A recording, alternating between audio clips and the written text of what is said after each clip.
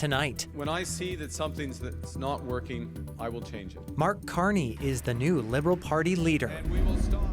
China takes aim at Saskatchewan canola with new tariffs. 2, 3, ready! And a team from the province heads to the National Broomball Championships to defend their title. This is CBC Saskatchewan News.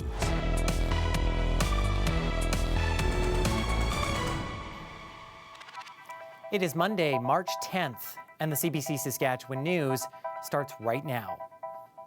I'm Ethan Williams. Thank you for joining us. Mark Carney is launching into his role as the Liberal Party's new leader after his landslide win. In the coming days, the former two-time central banker will replace Justin Trudeau as Canada's next Prime Minister. Ashley Burke looks at what it means for the party with a federal election on the horizon. Mr. Carney, when will there be an election? Fresh off the heels of his landslide victory, Mark Carney on Parliament Hill to discuss what comes next. The transition between the Prime Minister and myself, that transition will be seamless and it will be quick. On day one as Liberal leader, Carney meeting with the Prime Minister, then his caucus. I'm really happy today that a new era is starting. I think the party is rejuvenated, re-energized. Wayne Long, the first MP who publicly called on Justin Trudeau to resign, says he's now among the MPs Carney convinced to run again in the next election. He said, look, you could be a part of my team. I would like you to reconsider offerings. Carney's gearing up to send Canadians to the polls, trying to build on the momentum he saw last night after handedly winning the leadership race with almost 86% of the vote. Donald Trump is trying to weaken our economy. But there's someone else who, if he succeeds, will weaken our economy. It's Pierre Poilievre. Carney's never held public office before and is facing an uphill battle. The Conservatives are still leading in the polls, and Canada's in a trade war. Trudeau's former principal secretary helped with Carney's campaign. I think the country could use an election, frankly. I think the country could use a government with a strong mandate to negotiate with Donald Trump. Liberals say they're ready to jump into a quick election. We have signs in storage and they're always ready, and the volunteers in our riding have been working hard for the last number of years. I am ready for an election in Beaches East York, and I think we got a fair fighting chance. The Conservatives already taking aim at Carney, attacks that are expected to ramp up. I think the Conservatives are resorting to the kind of dirty personal politics that Mr. Poilievre has been known for since he was in cabinet with Stephen Harper. Mark Carney has named former cabinet minister Marco Mendicino as his chief of staff for his transition. Carney is expected to take office and swear in his cabinet this week. Then sources say he's aiming to trigger an election before Parliament was set to resume at the end of the month, with a vote in late April or early May. Ashley Burke, CBC News, Ottawa. Now, another question looming about Mark Carney's leadership is which seat he'll try to win in that election. Some political analysts say Carney may try to get elected here on the prairies where he was raised. The Edmonton option that PJ Fournier was suggesting, that's a really strong risk. I'm guessing if he's going to run in Edmonton, it'd be Edmonton Centre, and there's no guarantee the Liberals win that seat, even if the Liberals are riding high and do well in an election. And it probably doesn't look good to have a leader lose a seat in an election. So I think that's a high-risk strategy, and I'd be surprised if they take it. There are seats in Ottawa and Toronto, and Carney will have to make a decision as to where he's most comfortable running. And you'll have to also look at who is stepping down from caucus, who doesn't want to run again, or who'd be willing to give up a seat to allow him to run. Because if Carney runs in a place, somebody else can't run there. And so Carney will have to manage those relationships and look for a place where he's comfortable running, where hopefully the Electoral Association, the local Liberals, are comfortable with him running, and where there's an opening. And in a final move before leaving office, Prime Minister Justin Trudeau is calling for change to the RCMP. Trudeau wants the force to shift focus from providing boots on the ground in smaller communities to focusing on federal priorities, including national security, money laundering, and organized crime. In an interview with CBC, Trudeau said the Mounties are strained in dealing with the level of threats and new reality of a much more dangerous world. He has also written a white paper that further outlines how he'd like to see the institution transformed. The RCMP responded to Trudeau's proposal, saying it was not consulted on this particular document and had presented Public Safety Canada with, quote, their own transformational plan. In the midst of tariff threats from the U.S., Saskatchewan is now facing an additional tax battle with another trading partner. Liam O'Connor has that story. Saskatchewan farmers are bracing themselves for the economic pain of tariffs, not just from south of the border, but from China too. On Saturday, China announced retaliatory 100% tariffs on Canadian canola oil and pea imports. They've also announced a 25% duty on pork and seafood. This comes in response to the federal government's decision last fall to put a 100% tariff on Chinese electric vehicles and a 25% levy on its aluminum and steel products. The retaliatory tariffs aren't a shock. We're not surprised. I think everybody was expecting this day was going to come. Ever since the federal government announced tariffs on the import of Chinese electric vehicles, it was highly anticipated that the Chinese government would retaliate in some manner. So today, I guess we got that news. While not surprised, the president of the Agriculture Producers Association is still disappointed. He says canola is a cornerstone of the Saskatchewan economy, with about 20 million acres seeded annually. The tariffs already have farmers weighing in on what they'll mean for Western producers. So in a world of uncertainty, this just adds a new and disturbing level of uncertainty for us. China and the United States are the province's largest export markets. According to APAS, that means any disruption will have serious financial consequences and affect prices. Certainly we saw that when there was talk of tariffs going into the United States, that our canola prices took a sharp drop. They've since recovered somewhat, but they're on a decline again. And farmers like Lee Moats say producers have no choice but to move forward in this new market reality. Liam O'Connor, CBC News, Saskatoon. More children in Saskatchewan schools are going to have access to healthy meals. The province has announced it's signing on to the National School Food Program. Over the next 3 years, the federal government will be providing nearly $16 million to provide healthy meals to school kids here. That means families with 2 children in school can save about $800 per year in grocery bills. The funding will enhance programs that already exist in about half the province's schools and allow for more programs to start up. We see this funding as being able to come in and enhance those programs that already exist. We would see an expansion of school nutrition programs throughout the province as a result of this. And essentially, this money amounts to nearly a doubling of existing investment in school food. So it's quite significant for school divisions, and we're very happy to be able to roll out some additional opportunities for students. The federal government announced the National School Food Program last year with the goal of providing meals for up to 400,000 children across Canada. Daycare operators want to know why the provincial government hasn't signed on to the extension of the federal daycare deal. The deal gives provinces and territories nearly $37 billion to fund $10 a day childcare programs between 2026 and 2031. Saskatchewan and Alberta are the only 2 provinces that have not signed on. At the provincial legislature Monday, one woman looking to open a daycare warned that the province's inaction could prevent daycares like hers from opening and cause existing daycares to close. Things take time. Just because somebody announces this money is allotted for things doesn't mean it's actually getting there or it's happened. So having something signed on for a few more years allows the things that are in process to then be open for 2, 3, 4 years, get their footing. And then we would be in the same position as everyone else who is currently open if it doesn't work then. Last week, the province said it wanted more input from child care centre operators before making a final decision. It also wants to see the plan address before and after school programs. A Regina woman who was found guilty of defrauding her investment clients of millions of dollars has fired her lawyer and delayed her sentencing by at least a month.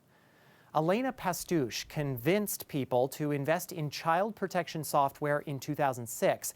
Instead, she used that money to fund a lavish lifestyle. She was found guilty in 2019 and sentenced to 7 years in prison, but she was granted an appeal in 2022. She eventually pleaded guilty to 1 count of theft related to her software scam. Pastuch was to be sentenced for that on Monday, but informed the court she had fired her lawyers and needed more time to address her medical issues. She's also considering withdrawing from the joint 3.5-year sentencing recommendation. Pastuch is now required to appear in court in April. Well, we know March can throw us all sorts of weather curveballs, can't we? And just when we thought we were getting a taste of spring, yeah, some of us got another wallop of winter Monday. Not only that, but things quite a bit colder than our mild weekend.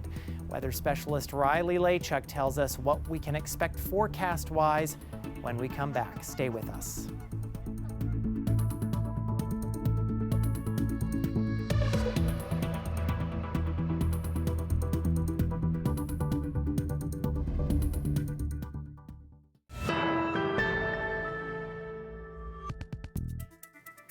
A ski gondola loaded with passengers has fallen to the ground at the Kicking Horse Mountain Resort in southeastern BC. Safety officials say only minor injuries have been reported. An eyewitness who captured this video says the cabin fell about 3 meters moments after departing up the hill. There's no word yet on how many passengers were inside when it crashed, but according to the resort's website, a fully loaded gondola cabin holds 8 people. The resort has closed for the remainder of Monday, and the gondola ride is canceled until further notice.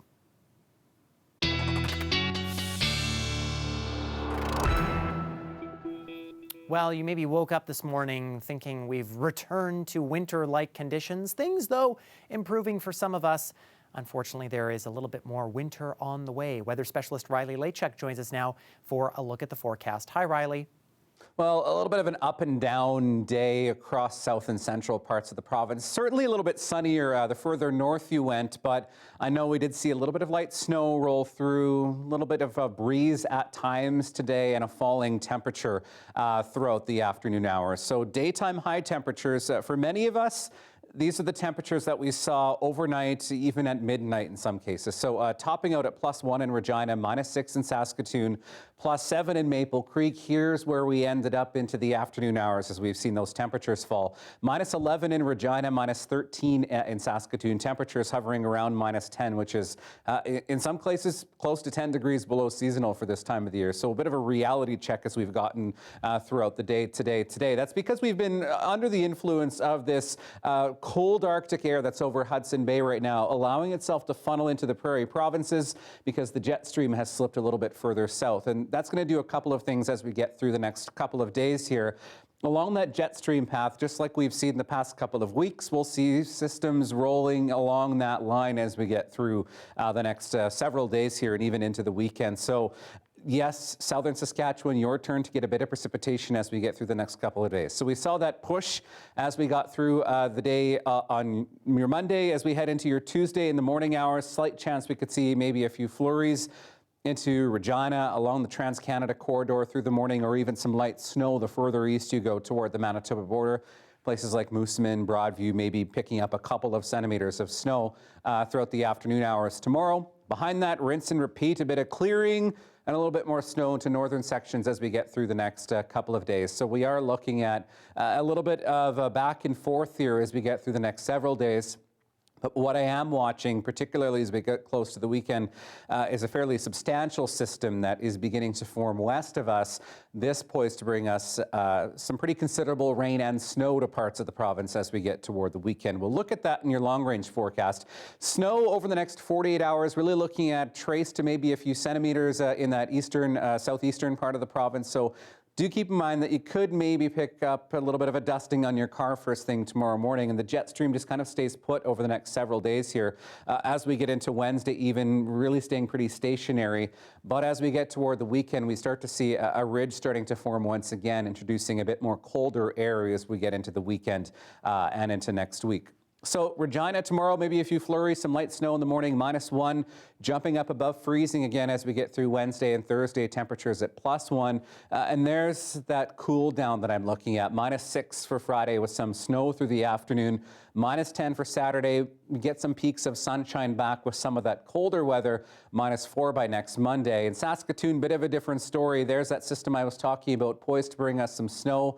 Some rain into the afternoon, temperatures staying below the freezing mark, even some minus double digits there, Ethan, as we get into Friday and Saturday, -10s for both Friday and Saturday, and your lows staying well below seasonal for this time of year. Okay, we'll deal with winter for now. Again, thanks, Riley.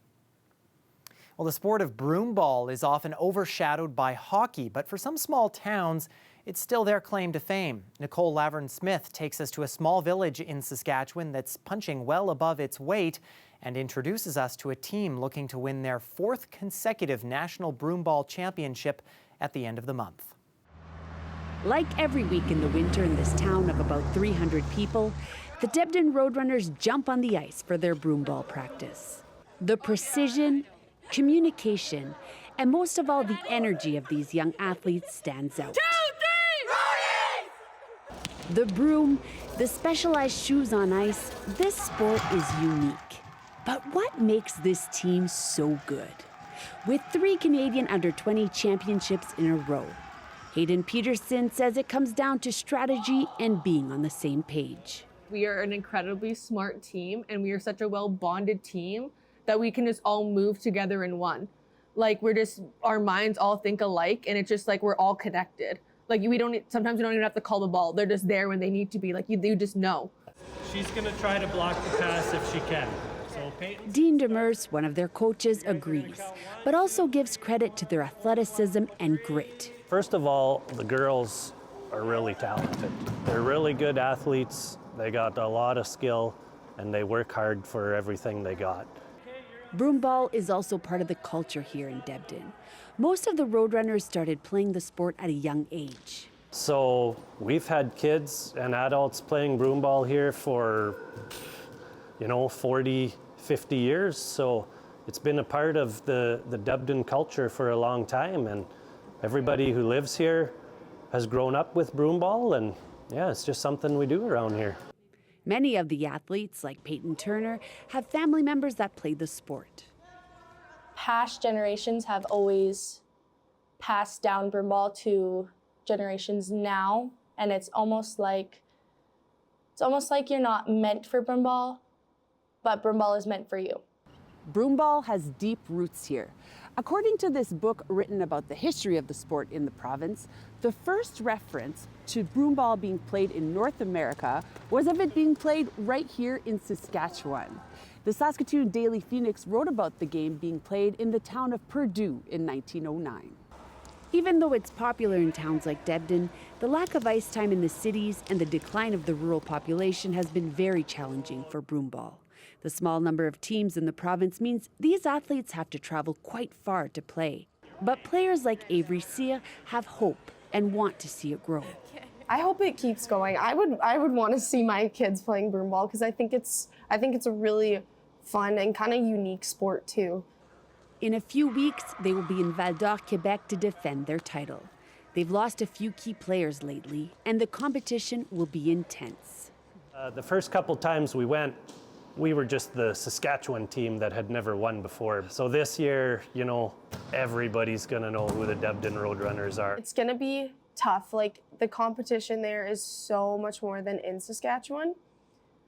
But with that being said, I do think we are the smartest team that there is. So if we put that in all our plays, we can win. Nicole Laverne-Smith, CBC News, Debden. Down into the empty net, and that's going to do it. Well, a big weekend for the University of Saskatchewan Huskies. On Friday, we told you about the men's hockey team's best-of-3 series with the Mount Royal Cougars. They won that series 2-1 and are off to the University Cup Championship in Ottawa next week. They weren't the only big winners this weekend. The Huskies women's basketball team captured the Canada West women's basketball title after their victory over the UBC Thunderbirds. It's their second consecutive title and their 10th title overall. The team, led by Canada West Coach of the Year Lisa Tomaitis, returned to the U Sports national stage this coming weekend after being narrowly defeated in last year's Final 8. We wish them all the best of luck. Stay with us. We have more news when we come back after the break.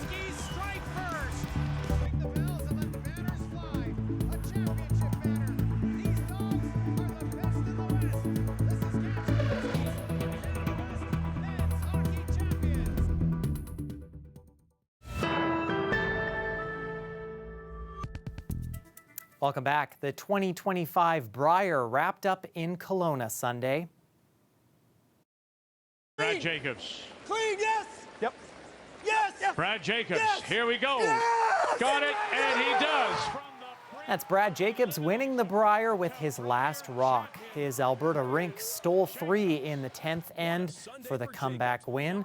Jacobs has his first Brier win since 2013 and will represent Canada later this month at the Men's World Championship in Moose Jaw.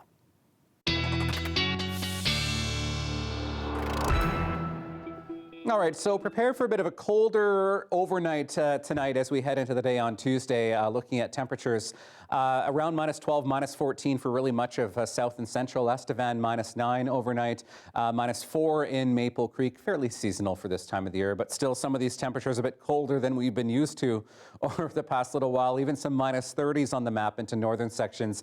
Uranium City at -34, Pelican Narrows at -29, so back into that winter deep freeze as we head into Tuesday morning. Certainly a sunnier start for northern sections, places like Buffalo Narrows, La Loche. Slight chance you pick up a couple of stray flurries as we get through the day tomorrow, but certainly some clouds starting to build in. Southern sections, Moose Jaw, Regina, first thing in the morning. I do think we have a fairly good chance of seeing a couple of snowflakes, a little bit more substantial as we get through the afternoon hours. Places like Moosomin and Yorkton looking at maybe a couple of centimeters of snow by the time the day is out. Okay, keeping those shovels handy. Thanks, Riley. And before we go, a 12-year-old girl from Moose Jaw has started a small business, all for a good cause. Sydney Eberly runs Simply Scrubs. She and her grandma make body scrubs to sell to people. The proceeds from those sales go directly to local charities. Eberly says she sells anywhere from just a few scrubs to more than 20 in the span of a month, and she's donated to many places. We haven't done this month yet, but a few months ago, we did the pediatric for pediatric beds at the Moose Jaw Hospital, and then sometimes we do the Providence Place and Humane Society, and it's really nice to be able to donate. And Eberly has so far donated over $500. She says not only does she get to feel good about donating the money, but of course it's fun to spend some time with her grandma as well. Way to go, Sydney. That is it for us. For more news anytime, you can always head to cbc.ca/Sask or subscribe to the CBC Saskatchewan YouTube channel. And of course, you can also download the CBC News app anytime on your smartphone or tablet. Thanks so much for watching.